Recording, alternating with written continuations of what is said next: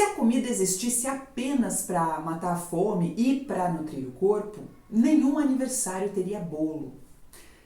Nenhum casamento teria jantar, nenhuma avó prepararia a comida preferida do neto para demonstrar amor por ele. Nenhuma região, nenhuma cultura teria comida típica, nenhuma religião prepararia rituais ao redor do alimento, nenhuma família se reuniria ao redor da mesa. No vídeo anterior eu falei que a comida existe para manter você vivo e isso continua sendo verdade, mas é apenas uma pequena parte dessa história toda. Nós não comemos apenas nutrientes, nós comemos histórias, momentos, memórias, nós comemoramos com comida, nós nos consolamos com comida, nós nos apaixonamos em volta da comida, construímos famílias em volta da comida, nós criamos culturas em volta da comida. Nós, inclusive, entramos em guerra ao longo da história por causa da comida. A comida alimenta o corpo, sim, mas ela também organiza a vida em sociedade. E tudo isso é muito importante. Durante muito tempo, nós aprendemos que a gente tem que olhar para a comida de duas maneiras completamente diferentes.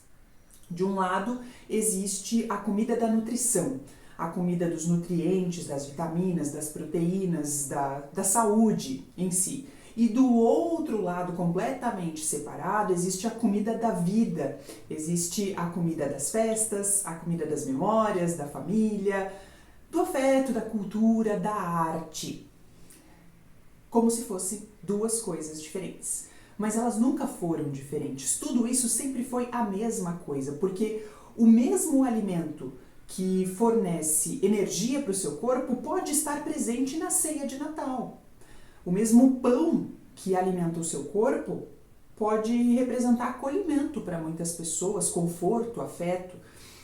A mesma sopa pode ser nutrição e pode ser um gesto de cuidado, um carinho quando alguém não está legal ou numa noite de frio.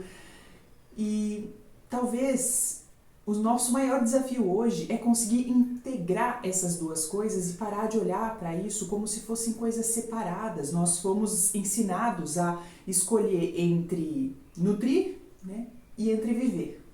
E isso não precisa ser assim. A gente não precisa escolher ou a ciência ou a cultura. As duas coisas caminham juntas. A comida ela sempre teve muitas funções ao mesmo tempo. Ela nutre, ela aproxima, ela conforta, ela celebra, ela constrói a nossa identidade. A comida é parte de quem nós somos, tanto no âmbito biológico quanto no âmbito psicológico e até filosófico. Quando eu digo que comida também é afeto, também é cultura e celebração, é importante lembrar que eu não quero dizer que a gente pode comer tudo sem filtro, que tudo está permitido, porque aí entra um grande problema também. Muita gente costuma pensar que dentro desse olhar para a comida um pouco mais amplo, tudo está permitido e aí a gente pode comer o que quiser, qualquer, entre aspas, porcaria, que está tudo certo. E não é assim que funciona. Por quê? Porque todo alimento interage com o seu corpo, modifica o seu metabolismo, modifica os seus hormônios, alimenta ou empobrece a sua microbiota, por exemplo, estimula ou reduz processos inflamatórios, fornece ou deixa de fornecer energia, nutrientes essenciais. Então comer continua sendo um ato biológico, continua sendo uma necessidade básica para te manter vivo. Entender isso é importante. O desafio aqui é integrar todos os papéis da comida e fazer com que isso faça parte da nossa vida. E eu acredito realmente que a maior transformação que a gente pode fazer agora é pensar que tudo isso começa antes do prato. Tudo isso começa na forma como a gente pensa a alimentação. Porque toda transformação verdadeira e profunda realmente ela acontece primeiro na maneira como nós enxergamos o problema, como nós pensamos sobre ele. Então primeiro a gente precisa mudar o olhar sobre aquilo para depois mudar as nossas escolhas. Até porque comer é um hábito construído. Inclusive no Clube do Livro esse ano nós começamos o ano com uma leitura muito bacana que foi Hábitos Atômicos. E James Clear, nesse livro, nos ensinou, com todos os mínimos detalhes e explicações da neurociência, que os nossos hábitos são, na verdade, uma expressão da nossa identidade.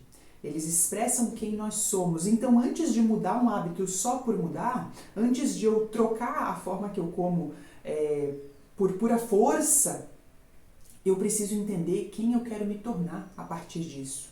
Com essa mudança. Quem eu quero ser antes de fazer.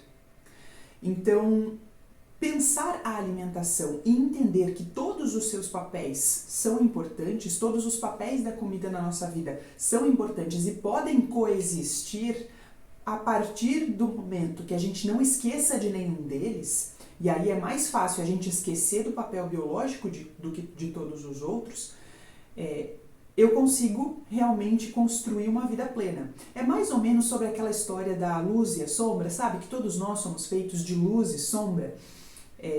Eu gosto muito desse entendimento de que quando a gente tenta negar a nossa sombra a qualquer custo, esconder ela, fingir que ela não existe, a nossa sombra é todo aquele nosso lado que não é tão legal assim.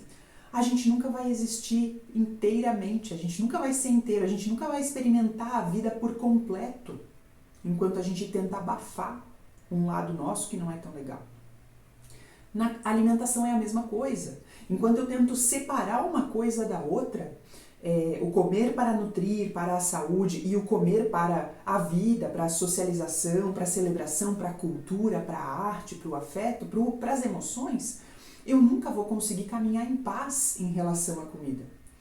Porque todas essas funções que a comida ocupa na nossa vida, todos esses porquês a gente come, fazem parte de um todo. E para a gente caminhar inteiro, a gente precisa realmente encaixar todas as peças. Comer para nutrir e entender em que momento cada coisa se encaixa no seu devido lugar. Como eu consigo equilibrar isso? Como eu consigo realmente construir uma rotina alimentar que cumpra todos esses papéis sem sofrer com isso? Tudo isso passa pelo entendimento, como eu falei, tudo isso passa primeiro pela forma como nós pensamos a alimentação. E é por isso que eu estou aqui, para te ajudar a pensar a alimentação. E se a gente comentou no primeiro vídeo, no vídeo anterior, aliás, que a gente come para manter a vida, e isso é inegociável, a biologia é inegociável, você precisa nutrir e ponto final. Não tem discussão sobre isso. Mas você também precisa manter os outros papéis da alimentação na sua vida, porque senão vai ficar um buraco vazio. Porque isso é parte do nosso ser, é parte da nossa existência, é parte da nossa humanidade. Se a gente tira esse lado, a gente tira um pedaço do ser humano. E se o nosso comer biológico é indispensável e o nosso comer social, cultural também é importante, como que a natureza encontrou uma maneira de fazer com que a gente faça tudo isso da melhor maneira? Através da fome biológica, da fome de comida e da fome de pertencimento, da fome de afeto, da fome de carinho, que junta tudo isso em uma coisa só. A fome, que a gente vai entender ainda aqui nesse canal, é um ato instintivo natural de sobrevivência, mas o comer não é instintivo, o comer é aprendido, é uma construção ao longo da vida. E é sobre esse aprendizado, é sobre como essa construção acontece, que nós vamos conversar no próximo vídeo.